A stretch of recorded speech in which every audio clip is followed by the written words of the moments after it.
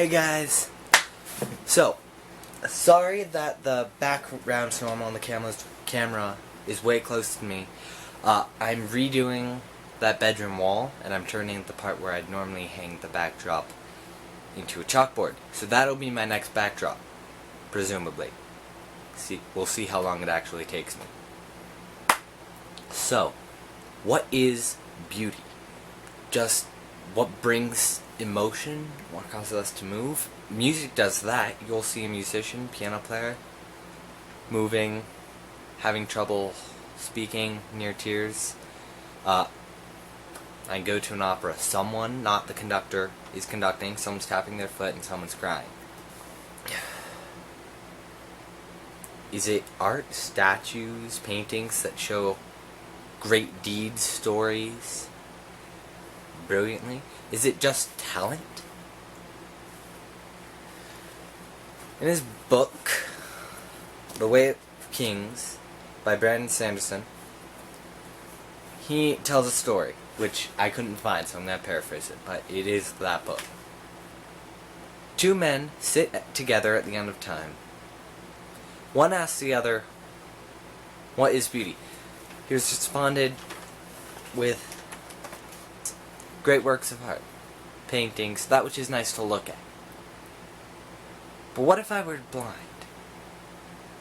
Then beauty would be great works of music, or sound of a friend's voice.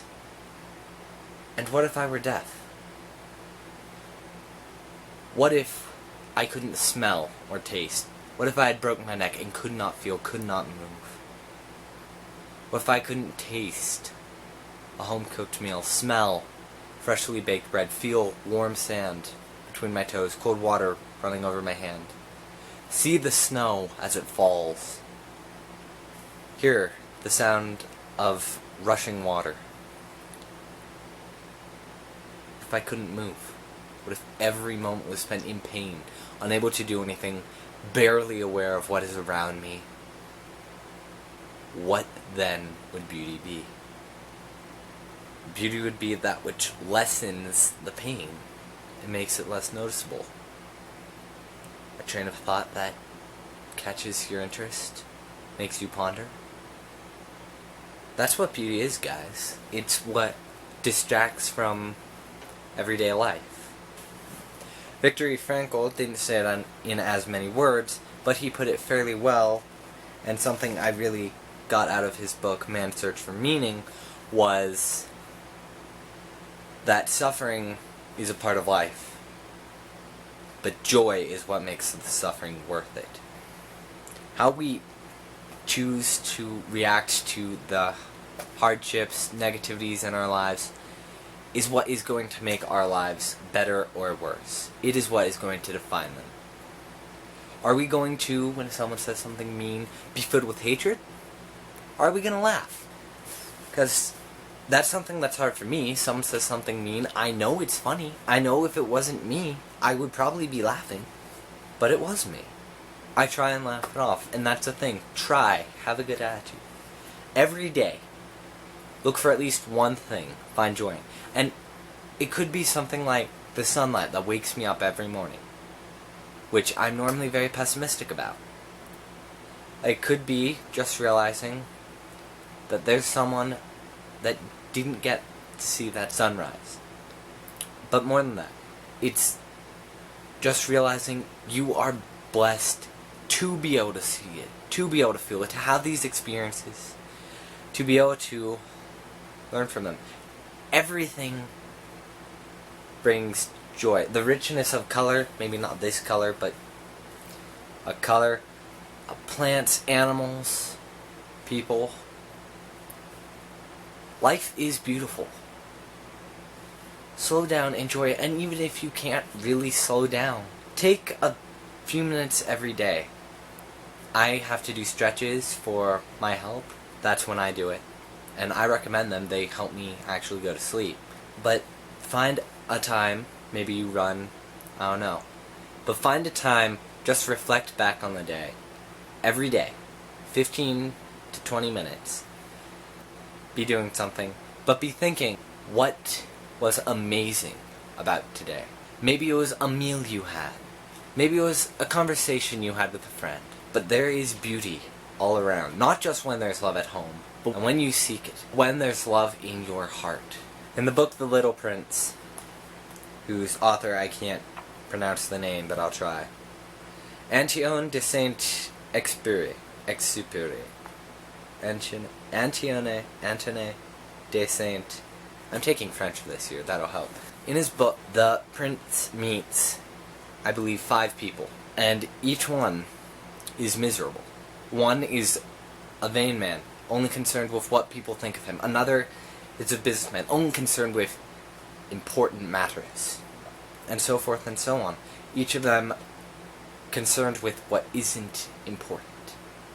The last one is a lamplighter, who just does his job, light the lamp every night, put it out every morning.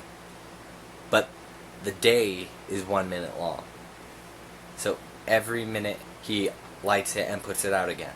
And that is what he does. And he isn't happy because he doesn't find the joy in it. He only seeks for what he can't have because he's dedicated to his job, and that is a good thing. But he only seeks for what he can't have. The sleep or rest that he wants. And yes, there are good goals, and don't stop seeking after them, but don't have your joy hanging on those. Have your joy with you. Find it where you are. Every step you take, regardless of how tired you are, that's a step you were able to make. Someone else might not have been. You were brave enough to take it. That's one thing. Life is a pendulum. It goes up and down. A lot of us, when we reach the down, feel like it'll never go up again. But we will meet every challenge we face head on, and we will overcome it like we have always done.